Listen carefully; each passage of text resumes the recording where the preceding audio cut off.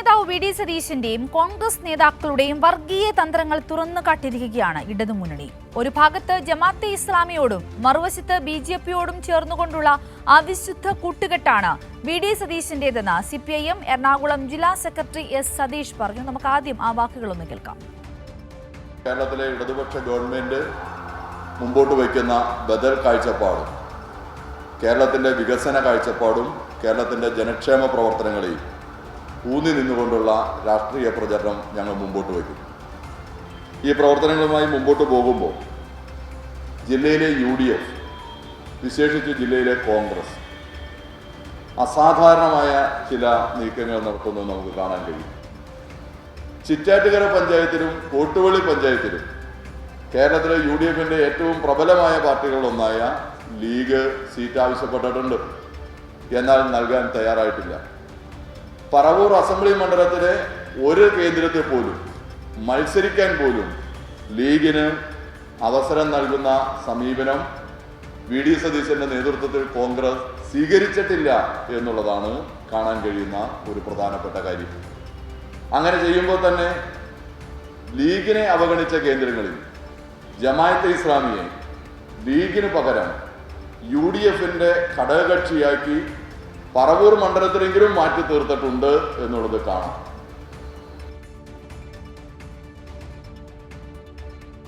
തിയോഫിൻ ചേരുകയാണ് വിശദാംശങ്ങളുമായി. Theophin, good morning. കേരളത്തിൽ ഉടനീളം കാണുന്ന ഒരു അവിശുദ്ധ കൂട്ടുകെട്ട്, വോട്ട് പിടിക്കാൻ അധികാരം ഉറപ്പിക്കുവാൻ ജമാഅത്തെ ഇസ്ലാമിയോട് ഒരു ഭാഗത്ത് കൈകൊടുക്കുമ്പോൾ ഗുഡ് മോർണിംഗ് പോരട്ടെ.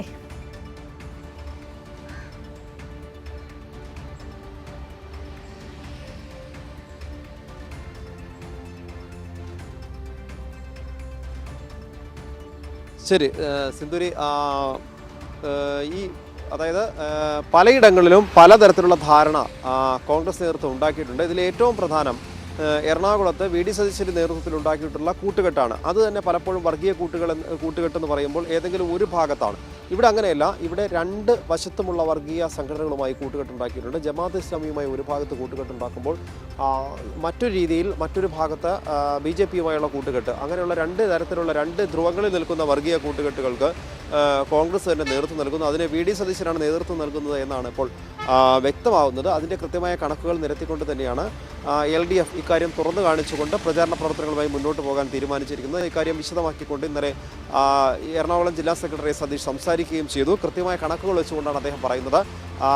നമുക്ക് തന്നെ അറിയാം, നേരത്തെ നമ്മൾ റിപ്പോർട്ട് ചെയ്തിരുന്നതാണ് പറവൂരിൽ ജമാഅത്തെ ഇസ്ലാമിയുമായി ബന്ധപ്പെട്ടുണ്ടാക്കിയിട്ടുള്ള സഖ്യം. കാരണം ജമാഅത്തെ ഇസ്ലാമിയുടെ പല നേതാക്കളെയും കോൺഗ്രസിൻ്റെ ഔദ്യോഗിക ചിഹ്നത്തിൽ, അതായത് കൈപ്പത്തി ചിഹ്നത്തിൽ തന്നെ മത്സരിപ്പിക്കുന്നു എന്നതാണ് മറ്റൊരു വലിയ വൈരുദ്ധ്യം.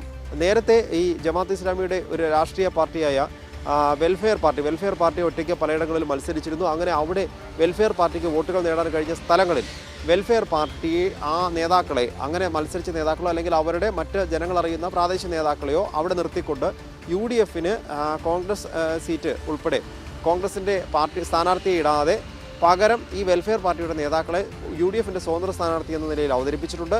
ഇതുകൂടാതെ തന്നെ വെൽഫെയർ പാർട്ടിയുടെയോ അല്ലെങ്കിൽ ജമാഅത്ത് ഇസ്ലാമിയുടെ ജനങ്ങൾ അറിയുന്ന ആ ലേബലിൽ, ജമാഅത്ത് ഇസ്ലാമിയുടെയും വെൽഫെയർ പാർട്ടിയുടെയും ലേബലിൽ തന്നെ ജനങ്ങൾ അറിയുന്ന ആളുകളെ അല്ലെങ്കിൽ വ്യക്തികളെ UDFന്റെ ഔദ്യോഗിക സ്ഥാനാർത്ഥികളായി മത്സരിപ്പിക്കുന്നു. ഒപ്പം കോൺഗ്രസിൻ്റെ സ്ഥാനാർത്ഥിയായി പോലും മത്സരിപ്പിക്കുന്നു എന്നതാണ് എടുത്തു പറയേണ്ടത്. ആ പറവൂരിലെ നമുക്ക് കണക്ക് നോക്കിയാൽ പറവൂർ വി ഡി സതീശൻ്റെ മണ്ഡലമാണ്. പ്രതിപക്ഷ നേതാവിൻ്റെ മണ്ഡലത്തിൽ ഉൾപ്പെടുന്ന പ്രദേശങ്ങളിലെ കണക്കാണ് കൂടുതൽ ഇതുമായി ബന്ധപ്പെട്ട് എടുത്തു പറയുന്നത്. ഇങ്ങനെ സ്വന്തം മണ്ഡലത്തിൽ നിന്ന് തുടങ്ങി വെച്ച ഈ വർഗീയ സംഘടനകളുമായിട്ടുള്ള സഖ്യം, ഇത് കേരളത്തിൻ്റെ മതനിരപേക്ഷ രാഷ്ട്രീയത്തെ വലിയ തോതിൽ ബാധിക്കും. മറ്റ് പലയിടങ്ങളിലും ഇത്തരത്തിൽ സഖ്യം ഉണ്ടാക്കിയിട്ടുണ്ട്. എങ്കിൽ തന്നെയും എടുത്തു പറയുന്ന പറവൂർ മണ്ഡലത്തിലെ ചില പ്രധാന കേന്ദ്രങ്ങളെക്കുറിച്ചാണ്. അങ്ങനെ ജമാഅത്ത് ഇസ്ലാമിയുമായി സഖ്യമുണ്ടായിട്ടുള്ള മേഖലകൾ നോക്കിയാൽ പറവൂർ മണ്ഡലത്തിൽ എടുത്തു പറയേണ്ട ചൂണ്ടിക്കാണിക്കുന്ന മറ്റൊരു ഒരു പ്രത്യേക കാര്യം കൂടിയുണ്ട്. UDFന്റെ ഘടകകക്ഷിയായ മുസ്ലിം ലീഗിന് പറവൂർ നിയമസഭാ മണ്ഡലത്തിൽ പലയിടങ്ങളിലും പല തദ്ദേശ സ്ഥാപനങ്ങളിലും മത്സരിക്കാൻ സീറ്റ് പോലും നൽകിയിട്ടില്ല. അവർ ആവശ്യപ്പെട്ട സീറ്റുകൾ നൽകാൻ തയ്യാറായില്ല. അങ്ങനെ ഒരു സീറ്റ് നൽകിയിട്ടില്ല. പ്രത്യേകിച്ച് പറവൂർ മുനിസിപ്പാലിറ്റിയിൽ അവിടെ പോലും സീറ്റ് നൽകാതെ നിൽക്കുകയാണ്. വലിയ സ്വാധീനം മുസ്ലിം ലീഗിന് പലയിടത്തും ഉണ്ട്, വോട്ടുള്ളതാണ്.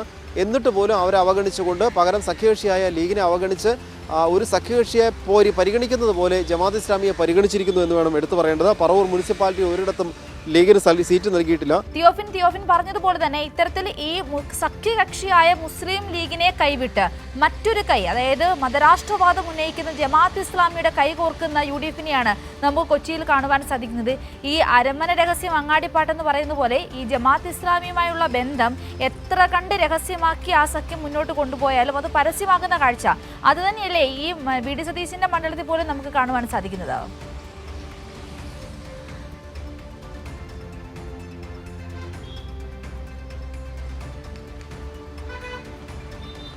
സിന്ധൂരി, പ്രധാനമായും VD സതീശന്റെ സ്വന്തം മണ്ഡലമായ പറവൂർ കേന്ദ്രീകരിച്ചാണ് ഇങ്ങനെ ഒരു ധാരണ ഉണ്ടാക്കിയിട്ടുള്ളത്. അതുതന്നെ നമ്മൾ നേരത്തെ സൂചിപ്പിച്ച പോലെ രണ്ട് തരത്തിലുള്ള, അതായത് ഒരു ഭാഗത്ത് ജമാഅത്ത് ഇസ്ലാമിയെ കൂട്ടുപിടിക്കുമ്പോൾ നേരെ വിരുദ്ധ ചേരിയിലുള്ള മറ്റൊരു വർഗീയ സംഘടനയാണ് RSS. അപ്പോൾ ന്യൂനപക്ഷ വർഗീയതയും കൂട്ടുപിടിക്കുന്നു, ഭൂരിപക്ഷ വർഗീയതയും കൂട്ടുപിടിക്കുന്നു. ആ ഒരു തന്ത്രമാണ് ഈ എറണാകുളത്ത്, പ്രത്യേകിച്ച് പറവൂർ മണ്ഡലത്തിൽ VD സതീശന്റെ സ്വന്തം മണ്ഡലത്തിൽ നിന്ന് തന്നെയാണ് ഇത് തുടങ്ങിയിട്ടുള്ളത്. അവിടെ ഉണ്ടാക്കിയിട്ടുള്ള സഖ്യമാണ് അത്. ജമാഅത്ത് ഇസ്ലാമിയുമായി ഉണ്ടാക്കിയിട്ടുള്ള സഖ്യമാണെങ്കിൽ നമുക്ക് നോക്കിയാൽ നേരത്തെ ഞാൻ സൂചിപ്പിച്ചതുപോലെ ചിറ്റാറ്റുകര ഗ്രാമപഞ്ചായത്തിലെ പഴയ 16-ാം വാർഡ്, അവിടെ വെൽഫെയർ പാർട്ടി കോർഡിനേറ്ററായ KK നാസറാണ് UDFന്റെ സ്ഥാനാർത്ഥിയായി മത്സരിക്കുന്ന ഔദ്യോഗിക UDF സ്ഥാനാർത്ഥിയാണ്.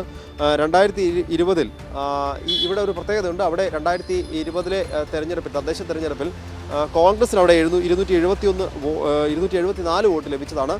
ഈ വെൽഫെയർ പാർട്ടി, ഇപ്പം നമ്മൾ സൂചിപ്പിച്ച നാസറിൻ്റെ വെൽഫെയർ പാർട്ടി സ്ഥാനാർത്ഥി അവിടെ 271 വോട്ടും പിടിച്ചതാണ്. അപ്പോൾ ഇപ്പോഴുണ്ടാക്കിയിരിക്കുന്ന ധാരണ നമുക്ക് ഏകദേശം വ്യക്തമാണ്. രണ്ട് കൂട്ടർക്കും വോട്ടുള്ള സ്ഥലത്ത്, ഏകദേശം സമാസമം വോട്ടുള്ള സ്ഥലത്ത് ഒരു ധാരണയുണ്ടാക്കി വെൽഫെയർ പാർട്ടിയുടെ നേതാവിനെ മത്സരിപ്പിക്കുമ്പോൾ, അങ്ങനെയാണെങ്കിൽ വെൽഫെയർ പാർട്ടിക്ക് കിട്ടാൻ സാധ്യതയുള്ള 271 വോട്ട് കിട്ടും. ഒപ്പം കോൺഗ്രസിൻ്റെ വോട്ടും കൂടി ആകുമ്പോൾ കുറച്ചുകൂടി സാധ്യത, അവിടെ ജയസാധ്യത ഉറപ്പിക്കാൻ കഴിയുമെന്ന പ്രതീക്ഷയായിരിക്കണം അത്തരത്തിലൊരു ധാരണ ഉണ്ടാക്കാൻ കാരണം ജമാഅത്ത് ഈ വെൽഫെയർ പാർട്ടിയുടെ സ്ഥാനാർത്ഥി നിർത്തി ആ പോകുന്ന വോട്ട് വെൽഫെയർ പാർട്ടിയുടെ സ്ഥാനാർത്ഥിയെ തങ്ങളുടെ സ്ഥാനാർത്ഥിയായി നിർത്തി ഈ തെരഞ്ഞെടുപ്പ് പിടിക്കാനുള്ളൊരു നീക്കമാണെന്ന് മനസ്സിലാക്കേണ്ടിയിരിക്കുന്നു. 9-ാം വാർഡ് ഇതേ പഞ്ചായത്തിൽ തന്നെ അവിടെ ജമാഅത്ത് ഇസ്ലാമിയുടെ സെറീന അബ്ദുൾ ജബ്ബാർ, അവരെ നമ്മൾ നേരത്തെ നാസറിൻ്റെ കാര്യം പറഞ്ഞാൽ നാസറിനെ ഔദ്യോഗിക സ്ഥാനാർത്ഥിയായി മത്സരിപ്പിക്കുമ്പോൾ ഇവിടെ സെറീന അബ്ദുൾ ജബ്ബാറിനെ കൈപ്പത്തി ചിഹ്നത്തിൽ തന്നെ മത്സരിപ്പിക്കുകയാണ്.